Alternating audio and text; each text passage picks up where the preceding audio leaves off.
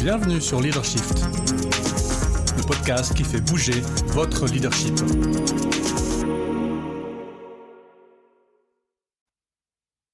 Bonjour, c'est Vincent, bienvenue dans un nouvel épisode de Leadershift. La semaine dernière, nous avions commencé une mini-série, il n'y aura que 2 épisodes et on est déjà au second, dédié à l'agile. Donc la semaine dernière, nous avions vu quelques pratiques agiles, on avait un petit peu débroussaillé comme ça. Cette semaine, on va voir du point de vue de l'organisation, qu'est-ce que ça veut dire, qu'est-ce que c'est qu'une organisation agile. Peut-être pour introduire le sujet d'aujourd'hui, une jolie phrase. Donc l'épisode d'aujourd'hui est tiré d'un article de McKinsey dédié à l'agilité.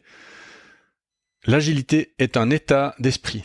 Ce n'est pas quelque chose qu'une organisation fait, c'est quelque chose qu'une organisation est. Donc il y a cette idée de l'être agile plutôt que de le faire agile. Alors du coup, vous me direz, bah oui, t'es malin, parce que la semaine dernière, tu nous as fait de l'agile. Oui, effectivement, parce que l'être doit se traduire par du faire. Mais vous verrez aujourd'hui en particulier, on a quand même des notions d'être agile dans sa tête, et pas que dans l'organisation. Alors on va quand même commencer par l'organisation, puisque c'est le sujet de l'épisode de cette semaine. Quelles sont les caractéristiques d'une organisation agile ? Il y en a 5. Première caractéristique d'une organisation agile, la vision incarnée par l'ensemble de l'organisation. Ça ne va pas être nouveau pour vous, vous écoutez ce podcast depuis suffisamment longtemps. La vision ou la mission ou la raison d'être, pas tout à fait pareil. Je fais peut-être une fois un épisode là-dessus, mais en tout cas, dans l'article de McKinsey, ils appellent ça l'étoile polaire. Quelque chose, une chose à laquelle on puisse se référer. Et quand je dis on, c'est toutes les parties prenantes de l'organisation. Donc, définir un objectif, une vision commun pour l'organisation, pour aider les personnes à se sentir personnellement investies. Et donc ça permet d'aligner des équipes dont les missions sont quand même assez différentes. Pensez à une équipe de soins et une équipe de planification pour des soins à domicile. Pensez à l'équipe de projet et l'équipe qui construit ou qui fait la maintenance des machines pour une entreprise de production. Pensez à une équipe administrative et une équipe de consultants. Vous voyez que les métiers sont très différents, les réalités sont très différentes, et s'il n'y a rien qui permet d'aligner les gens vers un objectif, une vision commune, alors c'est déjà difficile de gérer dans une organisation non agile, mais alors dans une organisation agile, vous verrez tout de suite, deuxième point, pourquoi c'est complètement impossible. Donc si vous voulez vous diriger vers une organisation agile, la première chose à faire, c'est de définir et de vivre, parce qu'ils disent bien vision incarnée. C'est pas juste mettre des slides sur un poster ou des posters sur un mur. Vision incarnée par l'ensemble de l'organisation, eh bien vous devez définir une vision, une raison d'être ou des objectifs communs pour l'organisation. Donc, première caractéristique de l'organisation agile, la vision incarnée. Number 2, réseau d'équipes responsabilisées. Donc ce qu'on va faire, c'est qu'on va remplacer les structures hyper hiérarchiques descendantes par des réseaux d'équipes plus flexibles. Pourquoi ? Parce que plus évolutif. Dans un réseau agile, on peut connecter, déconnecter, reconnecter. Bon, c'est pas un gros problème puisqu'on est connecté à plusieurs. Essayez de voir une fois dans une structure hiérarchique de déconnecter une équipe. Elle arrête de fonctionner. Donc cette idée d'équipe responsabilisée, de réseau d'équipe est très importante. Mais le trade-off, si vous voulez, c'est-à-dire que alors, on va dire c'est génial, l'agile, tout le monde, rien du tout. C'est génial, mais il faut que chaque équipe puisse fonctionner avec des normes très strictes en matière d'alignement, de responsabilité, d'expertise, de transparence, de collaboration. On ne peut pas juste rendre les équipes agiles. Ça veut dire qu'il faut... En fait, il n'y a pas de miracle. Tout ce que la hiérarchie porte dans une entreprise, une organisation hiérarchique, doit être porté par l'équipe, par le réseau d'équipe. Donc il n'y a pas de miracle. Donc, quelle que soit la configuration du réseau, les membres de l'équipe doivent se sentir propriétaires de leur travail. Donc c'est pas pour tout le monde. J'en ai parlé avec plusieurs entreprises qui ont fait de l'agile, qui ont fait de l'holacratie, qui ont fait de la transformation horizontale, à la Frédéric Laloux. toutes ces personnes me disent la même chose, ce n'est pas pour tout le monde. Il y a des personnes qui ne peuvent pas fonctionner comme ça. Donc, c'est souvent d'ailleurs le plus gros problème d'une transformation agile. Ce n'est pas tellement le fait que le business ne puisse pas le faire, c'est surtout que certaines personnes ne peuvent pas fonctionner dans ce paradigme-là. Donc, deuxième caractéristique de l'organisation agile, réseau d'équipes responsabilisées. Troisième caractéristique, cycle de décision et d'apprentissage rapide. Ça, pas de surprise non plus, flexibilité, donc rapidité, donc anticipation, dextérité. Donc on va travailler par cycle court, on appelle des sprints en Scrum. Et donc surtout, décision et apprentissage rapide. Ça ne veut pas dire qu'on va décider rapidement. Dans le Scrum, la période de planification peut durer une journée complète. Parce que c'est long, parce qu'il faut négocier, parce qu'il faut discuter. Et ensuite on décide. Par contre, une fois qu'on a décidé, on ne change plus.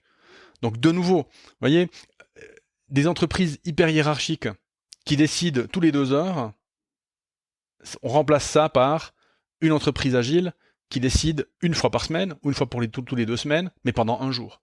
Donc, vous voyez qu'en termes de temps, on pourrait même faire l'argument en disant mais finalement on gagne pas grand-chose. Alors si on gagne, mais pas forcément de cette manière-là. Donc, caractéristique d'une organisation agile, cycle de décision et d'apprentissage court. Donc non seulement, si vous voulez, avant le cycle, on va décider de manière appropriée, donc long si nécessaire, mais dans des cycles de travail courts, et à la fin de chaque cycle de travail, on va poser une période d'apprentissage. Alors on l'appelle comme on veut, la rétrospective, le débriefing, le feedback, c'est égal, mais ça c'est important, parce que l'équipe, le réseau doit apprendre de ce qui se passe. Il n'y a plus de, il n'y a plus de chef qui doit coordonner avec ses autres chefs pour savoir ce qui fonctionne et ce qui ne fonctionne pas. Et donc, on est plutôt dans de la priorité de cycle trimestriel plutôt que de cycle annuel, pour faire grand. Donc, on va plutôt être sur des modèles type OKR. On a déjà fait un épisode dans ce podcast sur la méthode de Google pour les objectifs, OKR, Objectives and Key Results. Et donc, on va plutôt passer l'ensemble de l'organisation à des OKR trimestriels plutôt que de gros objectifs annuels. Et puis, on est donc 3. Quatrième caractéristique de l'organisation agile, modèle dynamique. Placer les personnes au centre. Et quand on dit les personnes, c'est un éventail beaucoup plus large de parties prenantes. Employés, investisseurs, partenaires, communautés. Il manque qui ?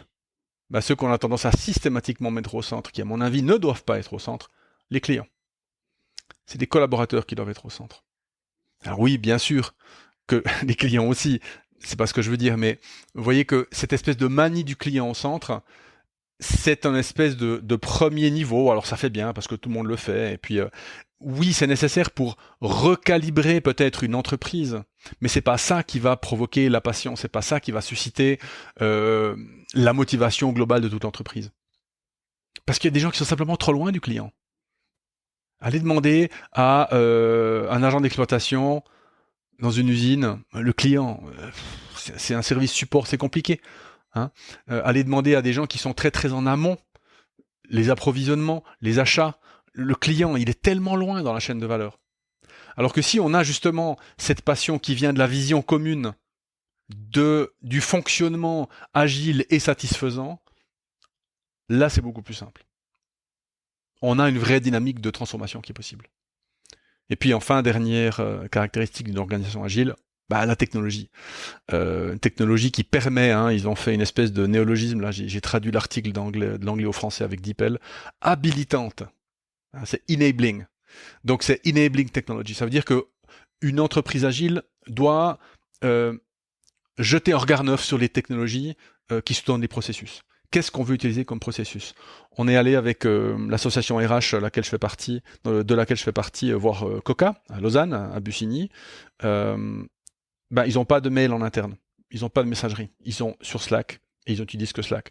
Alors c'est un choix, on peut prendre autre chose, on peut prendre Teams, on peut prendre ce qu'on veut, mais comment est-ce qu'on fait pour communiquer et gérer le travail dans un temps beaucoup plus réel et arrêter ces grands cycles de reporting qui bouffent un temps absolument monstrueux dans beaucoup d'entreprises. Donc ça, ce sont les caractéristiques d'une organisation agile. Alors, comment mettre en œuvre une transformation agile ? Alors, McKinsey le recommande peut-être aussi pour vendre du business, je sais pas. Franchement, je pense pas, mais vous pourriez dire ça.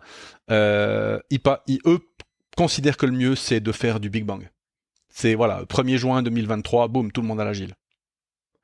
Ils prennent l'exemple d'une entreprise néo-zélandaise de 5000 employés, bah, quand même, qui l'a fait, et qui l'a réussi en moins d'une année. Pas mal. Donc, une transformation agile, ça ne veut pas dire que c'est agile et puis que c'est fini. Ce serait le contraire de l'agile.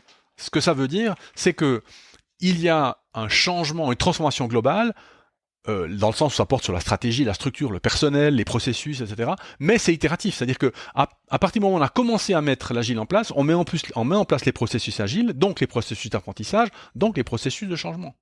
Et donc les choses vont changer en cours de route.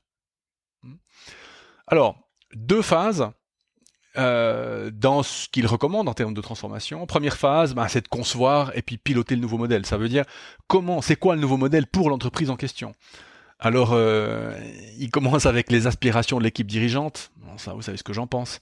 Alors oui, dans les boîtes de 10 000 ou de 5 000 personnes, peut-être faut commencer par un top X, un top 10, un top 100, un top 1000. D'ailleurs, ils prennent l'exemple de Roche, entreprise pharmaceutique qu'on connaît bien en Suisse, qui apparemment est passé à un modèle plat, avec McKinsey, j'imagine. Ils ont fait un séminaire à 1000 personnes. Parce qu'ils doivent être, je sais pas, 10, 50 ou 100 000. Et donc, ils ont fait un séminaire plusieurs jours avec 1000 personnes pour agiter l'organisation et puis essayer de concevoir ce modèle agile. Alors si vous êtes une PME, vous êtes 150, voilà, peut-être que 15, 20, 25, 30 personnes suffisent pour commencer à penser cette agilité. Et puis ensuite, deuxième phase, c'est améliorer ce processus-là, puis créer des cellules plus agiles dans l'ensemble de l'organisation. Ça veut dire que beaucoup de dirigeants, de leaders doivent consacrer beaucoup de temps à cette tâche. Ce que ça veut dire, c'est que peut-être qu'un prérequis à la phase 1 et à la phase 2, c'est à la libération de temps par l'ensemble du management senior management et du management intermédiaire pour driver le changement. Donc typiquement, déléguer une partie des tâches pour pouvoir créer de la capacité de travail. Donc phase 1, concevoir le modèle, et puis mettre en place les outils de pilotage, et puis phase 2, commencer avec des cellules dans l'ensemble de l'organisation pour réaliser, flexibiliser les différents processus, les différentes manières de faire. On termine cette petite exploration de comment mener une transformation agile par le fait que la culture va être essentielle. Et donc, on en a beaucoup parlé dans ce podcast, mais la culture d'entreprise, d'organisation est essentielle. Donc, ça veut dire que il y a cette idée de changement d'état d'esprit. Alors, si vous êtes intéressé par ça, on peut en discuter, info@coapta.ch, parce que ça va dépendre beaucoup de qui vous êtes, comment vous travaillez, mais c'est quelque chose qui est tout à fait possible. On va typiquement commencer par identifier quelle est la culture de l'entreprise que vous avez, et puis si déjà d'en extraire certains éléments déjà agiles, parce que sinon, si vous êtes une PME, vous seriez déjà mort depuis longtemps. Donc, c'est-à-dire que vous avez déjà de l'agilité en vous. Il s'agit plutôt de magnifier, d'augmenter cette agilité-là, plutôt que d'en apporter une complète de l'extérieur. Donc, on a vu quelles sont les caractéristiques d'une organisation agile, comment est-ce qu'on peut mener une transformation agile, et enfin, alors le leadership. On en vient d'en parler un petit peu maintenant. Qui doit diriger une transformation agile? Alors, on l'a dit, c'est souvent la structure managériale, mais pas que. On va voir assez vite qu'il y a beaucoup de leaders d'influence, on dirait, d'influenceurs, d'influenceuses aujourd'hui dans les entreprises, de leaders d'opinion, qu'on peut aussi appeler, qui doivent participer à cette transformation. Et la caractéristique la plus importante pour un leader ou une leader d'une organisation agile, c'est l'état d'esprit agile, ou ce qu'ils ont appelé l'agilité intérieure. Donc en termes simples, l'agilité intérieure est une relation confortable avec le changement et l'incertitude.